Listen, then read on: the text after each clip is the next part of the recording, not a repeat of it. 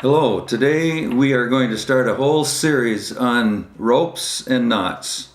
For some of us, this is a little bit strange because we don't really have much of an opportunity in our life, in our lifestyle, to actually use ropes and knots. So we have to make that opportunity. So many things we do today are either shortcutted or there's a modern convenience that takes the place of ropes. But if we want to do anything basic in life, if we want to get outdoors, if we get into trouble and we need to get out of trouble, ropes and knots are going to help us out. Let's start by talking about types of ropes. And in doing that, I want you to understand the various types of ropes we have, because I'm going to encourage you to go out, and if you have no rope at all, you need to be able to practice as we show you the knots and the various types of ropes. So I'd suggest go to your local hardware store or outdoor store and get a 6 or 8 or 10 foot length of rope. And so I'm going to show you the various types of ropes we have, and probably that'll help you decide what you don't want just for practicing. And you'll see also that it's important to find the right kind of rope, the right style of rope, the right strength of rope for the right type of thing. Let's start way down at this end.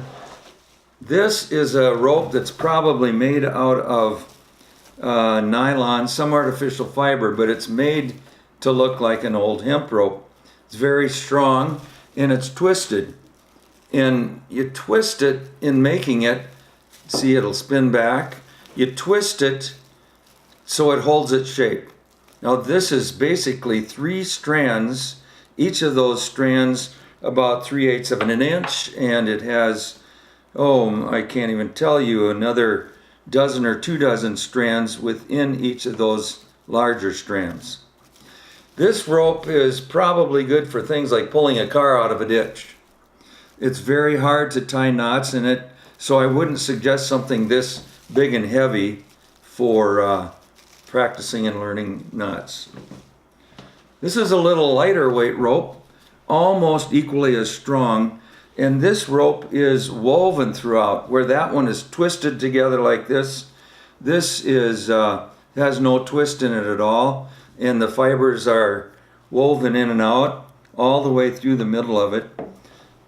I would guess this rope is strength tested at maybe 2,000 to 3,000 pounds. This would also be used for pulling something heavy out of the ditch or just pulling it along the road if you had to.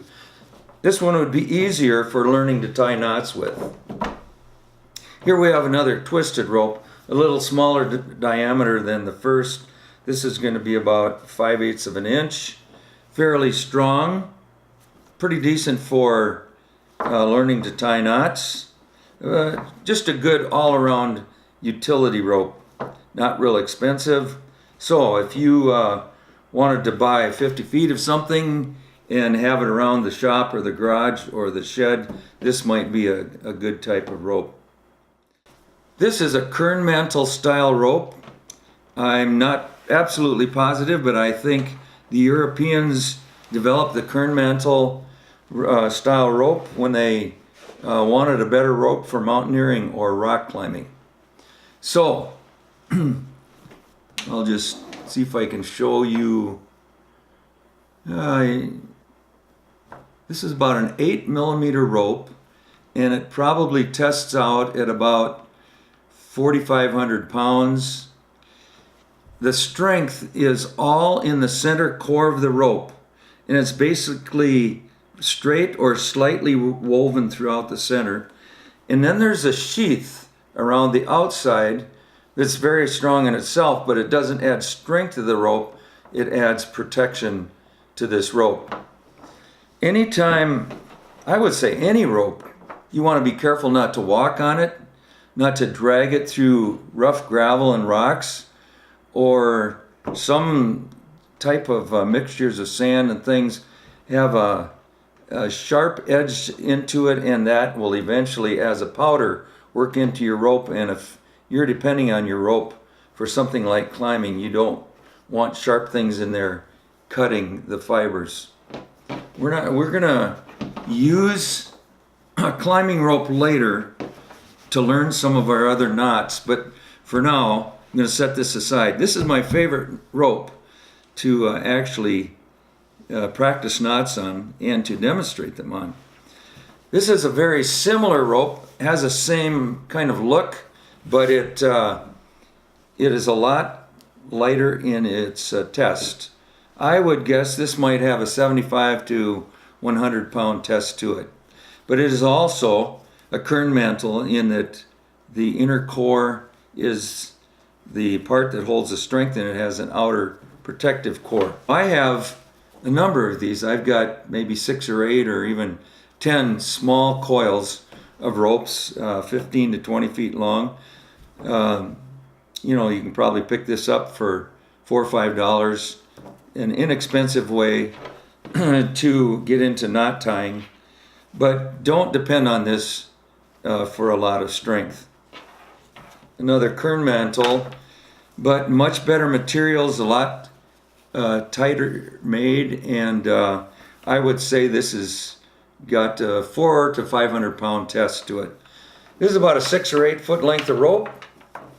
Very good for practicing, not real good this length for a whole lot of other things, unless you just want a looped rope around so that you can hook it between your wheelbarrow and have somebody grab the other end and pull it.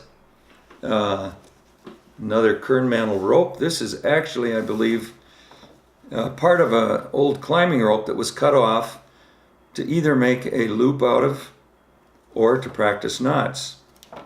This is a great style of rope. I love that. Another smaller dimension of a climbing rope, and I can't tell you how strong this is, but it has the inner core and the outside kern mantle. These we keep just for teaching knots.